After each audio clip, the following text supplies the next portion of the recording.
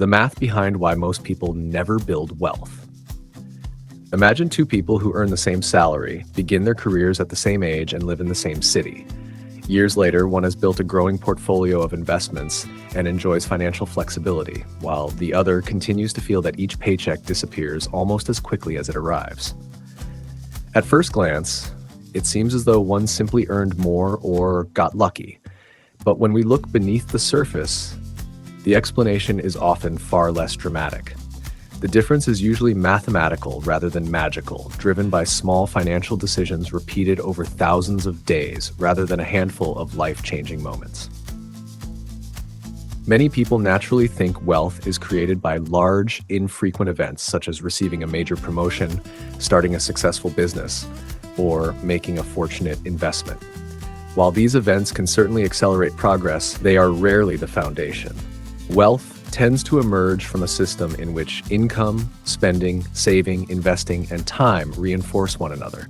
When even one part of that system consistently works against you, progress becomes surprisingly difficult, regardless of how hard you work. One of the most important equations in personal finance is deceptively simple. Wealth grows when the difference between what you earn and what you spend can be invested consistently over long periods. That gap is often called the savings rate, and although it sounds ordinary, it has an extraordinary influence on long-term outcomes. A person earning $50,000 who consistently saves 20% may eventually build more wealth than someone earning twice as much, but saving only 5%. The mathematics rewards consistency far more than appearances. Behavioral economics helps explain why maintaining this gap is so difficult. Human beings naturally value immediate rewards more than future ones, a tendency known as present bias. Buying something today provides an instant emotional payoff, while investing that same money offers benefits that may not be visible for years. Our brains evolved to prioritize immediate needs over distant possibilities, making disciplined financial decisions psychologically challenging, even when they are mathematically sound. Another obstacle is lifestyle inflation. As income increases, spending often expands at nearly the same pace. A larger apartment, newer car, more frequent dining out, premium subscriptions, and upgraded vacations can gradually consume every raise without feeling excessive individually. Because these changes happen slowly, they often feel deserved rather than deliberate, leaving little room for meaningful wealth accumulation despite higher earnings.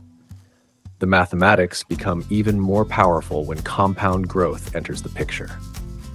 Imagine investing a fixed amount every month rather than waiting until you feel financially comfortable.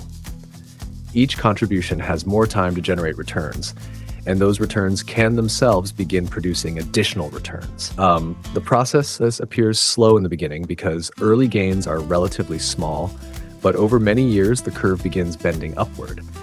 What looks insignificant at first gradually becomes the dominant source of growth, demonstrating why patience often outpaces financial systems. Debt can reverse this same mathematical process. High-interest borrowing compounds against you with remarkable efficiency. Instead of your money generating future value, future income is committed to paying for past consumption.